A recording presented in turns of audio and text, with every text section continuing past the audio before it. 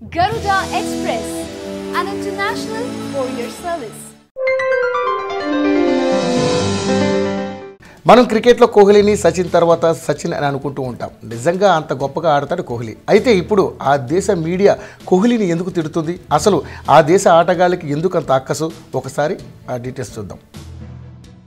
మన భారత క్రికెట్ జట్టు కెప్టెన్ విరాట్ కోహ్లీని లక్ష్యంగా చేసుకుంటూ ఆస్ట్రేలియా మీడియా దాడి కొనసాగుతూనే ఉంది.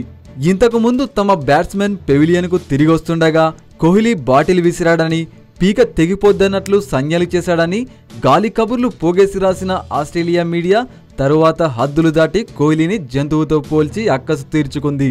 ఇప్పుడు తాజాగా విరాట్ని అమెరికా అధ్యక్షుడు డొనాల్డ్ ట్రంప్తో పోల్చింది. కోహ్లీ క్రీడా ప్రపంచపు డొనాల్డ్ ట్రంప్గా మారిపోయాడు. ట్రంపులాగే అతడు కూడా తన తప్పులను కప్పిపుచ్చుకోవడానికి మీడియాను నిందించాలని నిర్ణయించుకున్నాడని ఆస్ట్రేలియా పత్రిక ద డైలీ టెలిగ్రాఫ్ రాసుకొచ్చింది.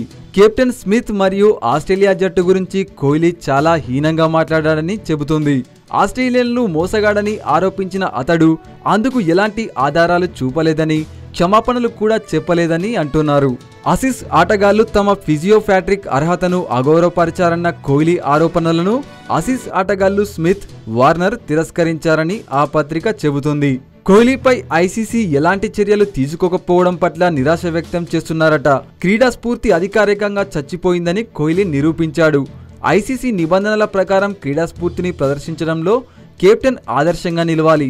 కానీ క్రీడా స్ఫూర్తిని తుంగలో తొక్కుతుంటే ఐసీసీ చూస్తూ ఊరుకుందని వారు చెబుతున్నారు. గత వారం క్రికెట్ ఆస్ట్రేలియాతో బీసీసీఐ రాజీ కుదుర్చుకున్నా కోహ్లీ మాత్రం వెనక్కి తగ్గలేదని ద డైలీ టెలిగ్రాఫ్ వ్యాఖ్యానించింది. మొత్తానికి డిఆర్ఎస్ ఘటనతో పాటు ఆటగాళ్ల మధ్య మాటల యుద్ధం, టెస్టు సిరీస్తో భారత్ ఆస్ట్రేలియా జట్ల మధ్య ఘర్షణాత్మక వాతావరణం నెలకొందనే చెప్పవచ్చు. ఇవి ఈ బులెటిన్ విశేషాలు.